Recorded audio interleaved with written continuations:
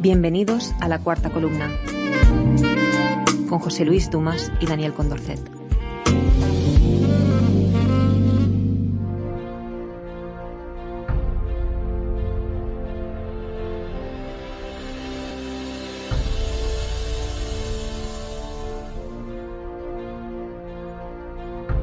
La Cuarta Columna, el podcast donde masonería, filosofía e historia se unen para formar vuestro espacio de conocimiento y reflexión.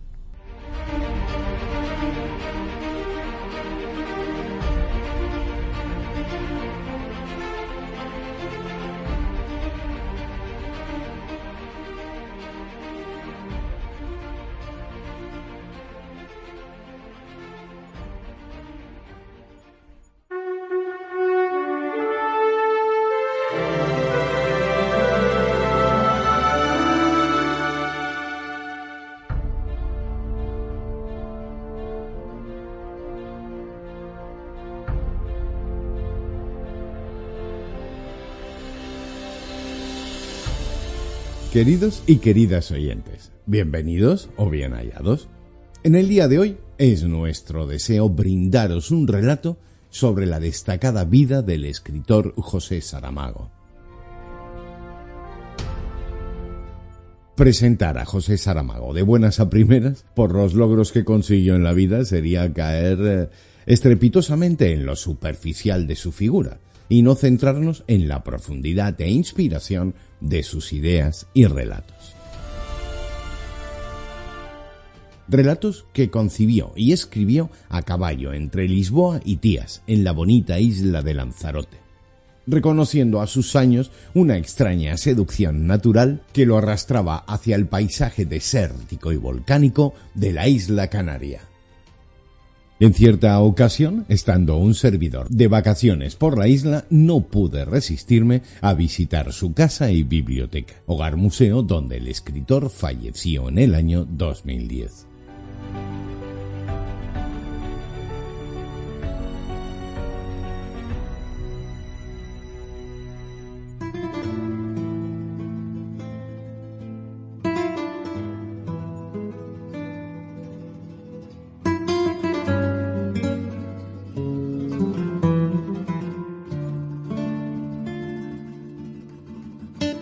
El hogar de José Saramago se convirtió, desde el final de las dictaduras de Salazar en Portugal y Franco en España, en un lugar de peregrinación, donde pasaban a tomarse un buen café portugués todo tipo de idealistas, intelectuales y gentes, especialmente del socialismo europeo.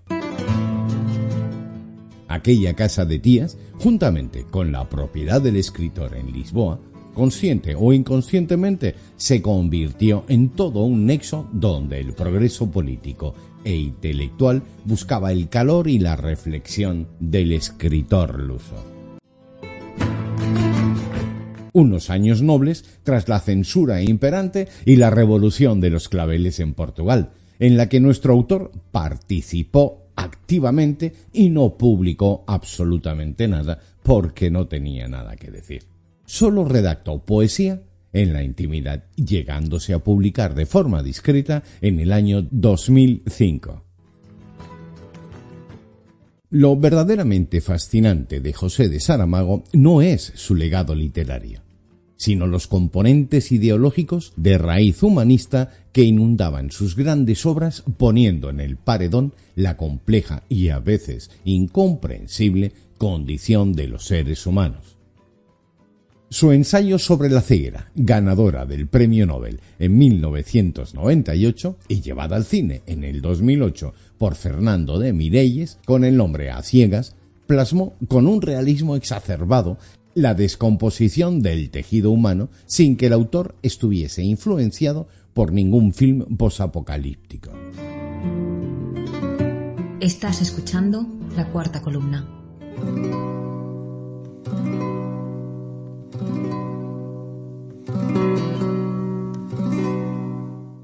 Narró el caos, la incidencia del horror y la confusión de una sucesión de momentos, diluyendo las esperanzas de los protagonistas en un recipiente sin fondo, y simplificó el amor como un único clavo ardiendo al que aferrarse. seres humanos atrapados entre lo mejor y lo peor de ellos mismos. La idea de la obra tampoco era inconexa con la forma del escritor de ver la realidad, un mundo cegado por las banalidades, las egolatrías e inconsistencias espirituales. La fe solo aparece en los tiempos de miserias como una única vía de la autocomplacencia. Para evidenciar los peores detalles de la condición humana, era imprescindible desarrollar en la obra el primitivismo de los individuos en un entorno desolado por un inexplicable mal en forma de ceguera y a modo de epidemia. Y como podréis ver, queridos y queridas oyentes, el tema de las pandemias no es nada nuevo. Una oscuridad que agudiza la ceguera moral cuando se padece una ceguera material. En ello, Saramago buscaba la redención del individuo mediante las actitudes sociales de la naturaleza humana. Buscaba las solidaridades y el contacto de los sentidos, situando en la trama de la obra la figura arrasada de un sujeto sentido o un sujeto en contacto con sus sentimientos. Elementos de gran importancia, porque no imperaba la habilidad del más apto para sobrevivir, sino las acciones solidarias provocadas por el afecto y la empatía hacia el otro.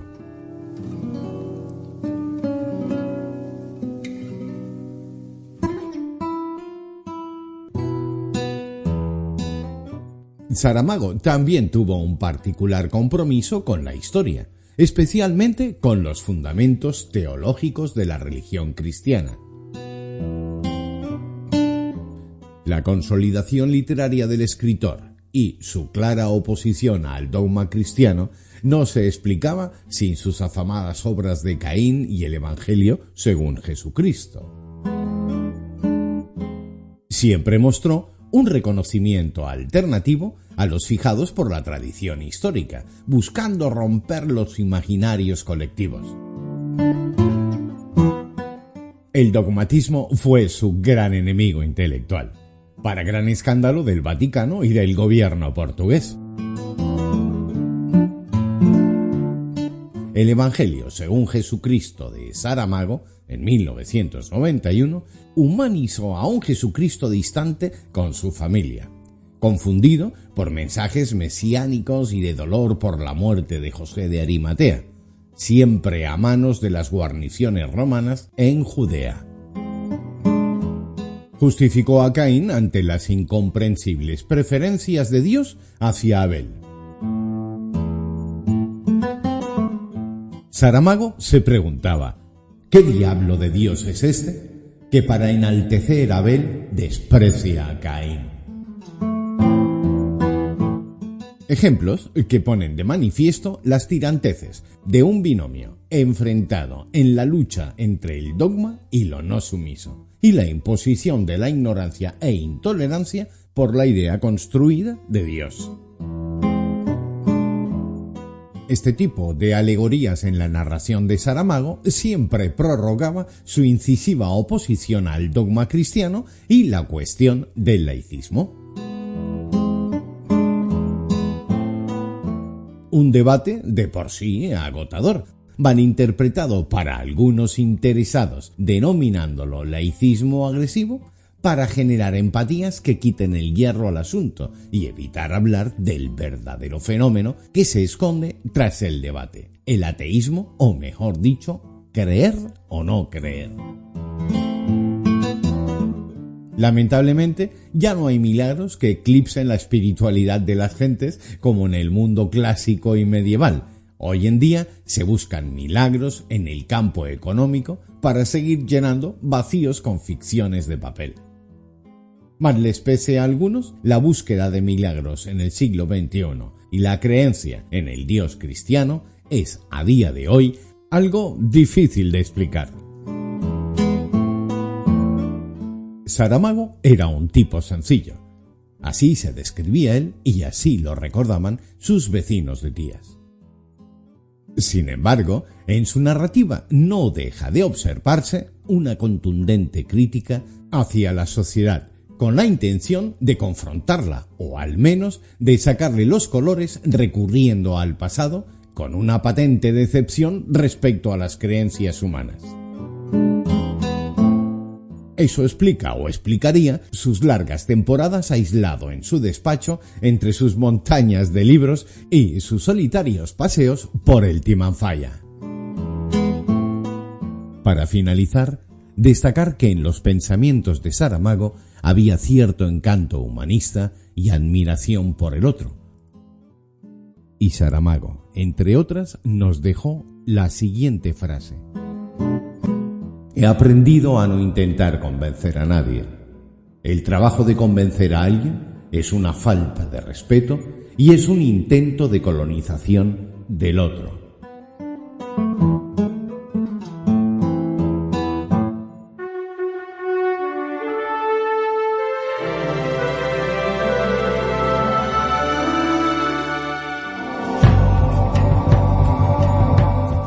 Ha sido como siempre un placer teneros a nuestro lado y sobre todo recordar dejarnos 5 estrellas en Spotify e iVoox. Por cierto, si os es más cómodo, también comentaros que ya estamos dentro de TuneIn, YouTube y Amazon Music. En la página web tenéis el enlace a todas las plataformas que os hemos comentado. Y acordaros, hacerle clic y suscribiros a nuestros canales.